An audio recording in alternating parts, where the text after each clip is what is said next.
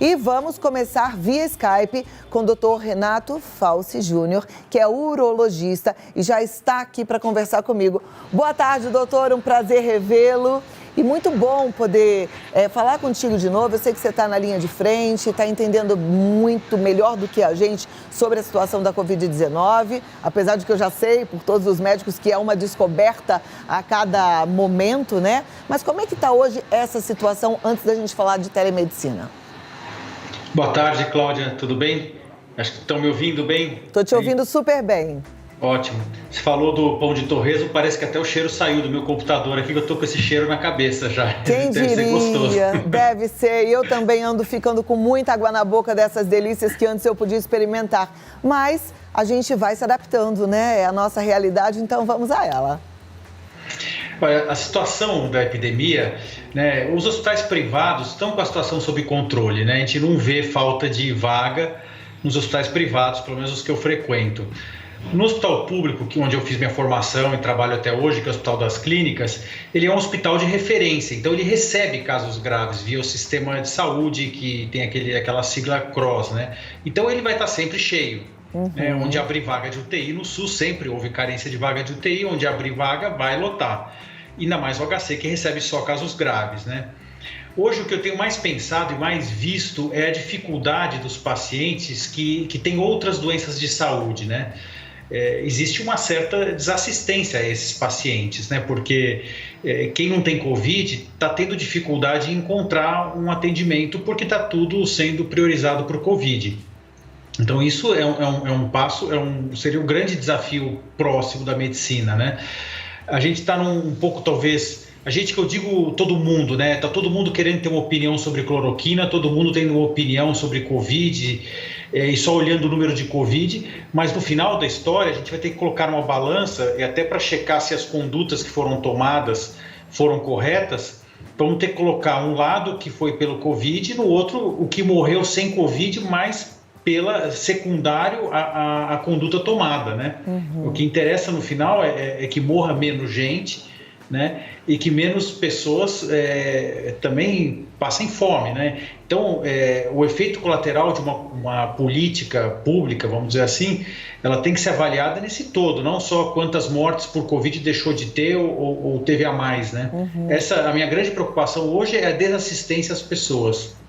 É verdade, eu fico muito contente quando eu converso com vocês, médicos, que conseguem ver as duas pontas, né? Porque a gente sabe que a gente está aí diante de um problema sério, claro, a pandemia é seríssima, mas que a gente aqui no Brasil tem outros problemas também que precisam serem levados em conta.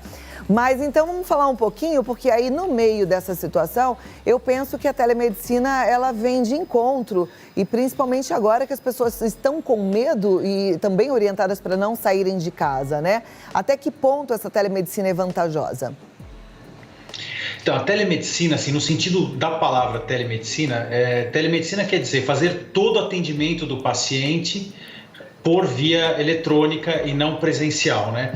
Então isso seria uma avaliação, eventualmente ver exames e eletronicamente fazer uma prescrição e acompanhar esse paciente. A telemedicina, nesse sentido mais puro da palavra, ela ainda é embrionária, né? Ela não está totalmente padronizada, são pouquíssimas ou talvez até inexistentes as plataformas totalmente seguras para fazer esse atendimento completo ao paciente.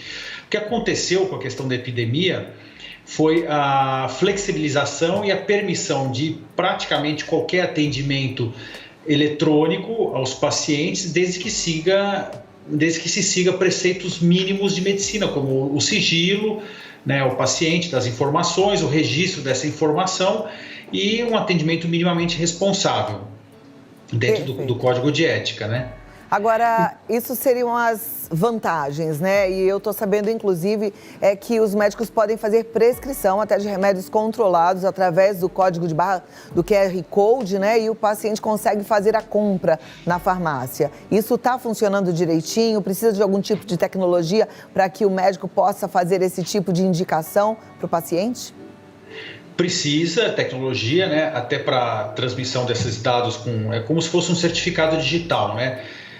Na prática, isso tem sido pouco usado, pelo menos por mim, né? Como é que está funcionando o mais frequente do uso da telemedicina? Que é o que a gente chama de teleorientação ou telemonitoramento ou até teleinterconsulta. Primeiro que a gente entende que nessa situação existe a necessidade de troca de informação entre os próprios médicos. Então a gente tem feito muita reunião e discussão de casos online para evitar as reuniões clínicas presenciais.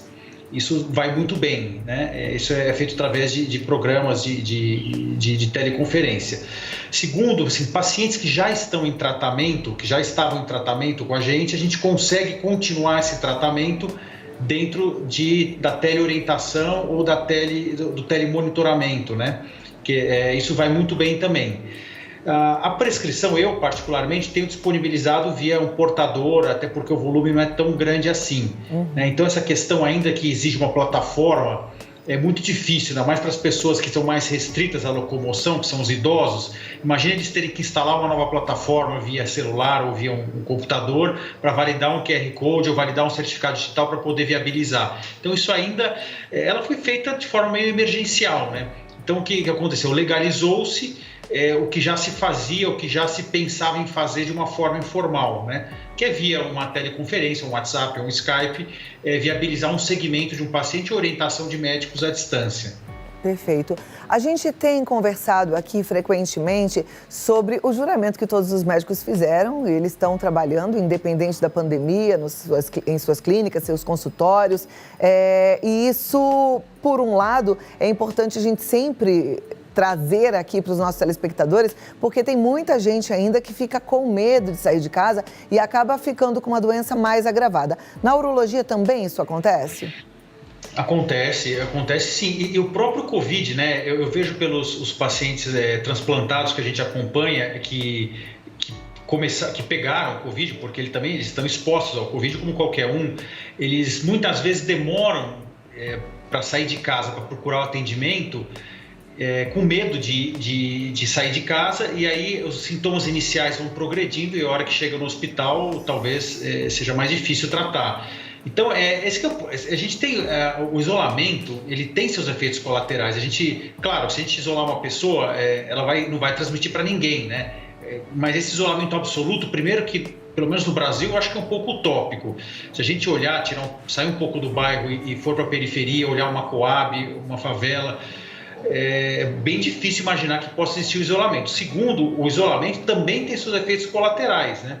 Um desses, esse que você mencionou, é um deles. A pessoa se isolar, ficar com tanto medo em casa e deixar de se assistir à sua própria doença. E veja, quantas pessoas, por exemplo, um diabético, quantos que vão ter acesso a ter o monitoramento da sua glicemia por um sensor, mandar esse extrato via teleconferência para o médico, ele avaliar e mandar a receita, a prescrição para acertar suas doses de remédio.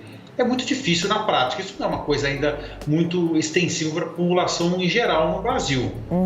Então, é isso que eu digo, essa desassistência tem que ser colocada na conta também como efeito colateral da quarentena. Né? Eu acho que aqui a gente não vai entrar nessa de discutir se é contra ou a favor da quarentena, mas tem que entender que antes a gente tem que olhar a coisa de uma forma ampla. Né? Eu vejo muita gente ainda hoje, embora eu acho que a epidemia do pânico já esteja passando, né? Porque são duas epidemias, né? Tem o pânico e tem o vírus. Né? Elas não necessariamente vão acabar nos mesmos momentos. Quer dizer que a gente pode até ter o final da quarentena antes que efetivamente esteja acabando o pico de novos casos. Né? O que a gente tem que entender é que não adianta a gente se colocar se eu sou contra ou sou a favor. Tudo em medicina existe efeito colateral. É a mesma coisa para a cloroquina. Ela faz milagre? Não faz. É uma possibilidade? Sim, para alguns casos isolados. Então não adianta a gente querer eu sou contra ou sou a favor. Tudo é custo-benefício, né? E a desassistência é um problema grave que a gente está vivendo no momento. Ok. Então, pensando em desassistência, a telemedicina seria bom, porque a gente consegue bloquear aí o medo e faz pelo menos um pré-atendimento através da telemedicina. Agora, tem coisas ruins, né? Eu falei que a gente ia falar de prós e contras. O que seria ruim na telemedicina? Perfeito. Como você bem mencionou, é um ponto extremamente positivo a gente evitar aquela ida desnecessária ao médico, resolver o que der para resolver à distância por via eletrônica. Isso é perfeito. Ponto negativo. O ser humano, a comunicação nossa, ela é basicamente visual. Né? Então, por exemplo, vou dar um exemplo bastante simples. Se eu der uma notícia, vamos supor que eu tenho que dar uma notícia de um câncer ou de uma doença grave para um paciente. ele no primeiro momento, ou talvez até 90% do tempo, ele está olhando para a minha expressão facial e não porque eu estou falando no conteúdo da palavra especificamente.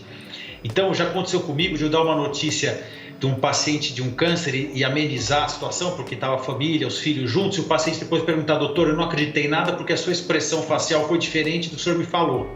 Então, isso a telemedicina perde um pouco. Mesmo a gente olhando aqui através do Skype, eu mesmo assim tenho uma certa dificuldade em falar via Skype do que se estivesse presencialmente aí. A gente tem um retardo na imagem, perde um pouco da expressão facial, e a comunicação humana é feita principalmente através da expressão do visual. Então, isso é um problema que a telemedicina perde. Segundo que a telemedicina perde, a questão do exame físico. Hoje existem recursos que têm exames de imagem muito bons, que dão uma grande acurácia sobre como estão os órgãos internamente, mas o exame físico ainda é um passo importante na avaliação do paciente. A gente perde isso com a telemedicina.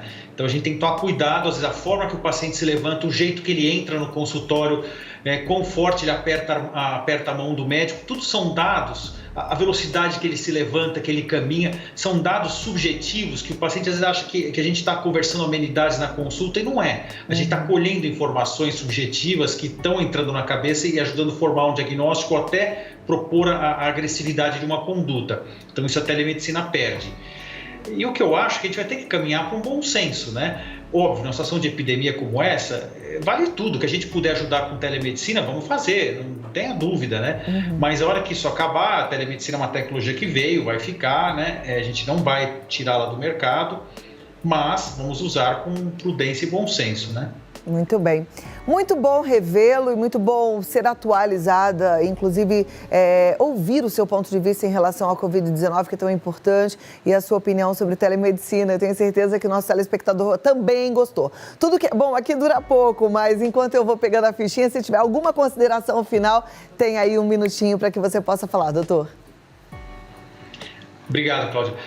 Eu acho que nas suas perguntas já apontou muito bem o que é o pró, o contra e a situação fora do contexto geral, né? A situação normal que estamos vendo no momento. Então, acho que é isso aí. Acho que não tem nenhuma consideração a mais a ser feita. Acho que suas perguntas foram perfeitas e a gente abordou de uma forma bem ampla o tema e bastante objetiva. Obrigado aí pela participação. Eu é que agradeço, muito obrigada pelo seu trabalho maravilhoso, que eu sei que é sempre feito com excelência. Se cuida, um abraço para toda a família e até a próxima oportunidade. Obrigado. E olha, Tchau. Dr. Renato Falci Júnior, ele é urologista, médico-urologista formado pela Faculdade de Medicina da Universidade de São Paulo, com doutorado. O site dele é o renatofalci.com.br. Você pode entrar em contato para telemedicina também, por que não? No 11 3285 3432. Um ótimo profissional. É bom a gente ter sempre eles assim pertinho da gente, né?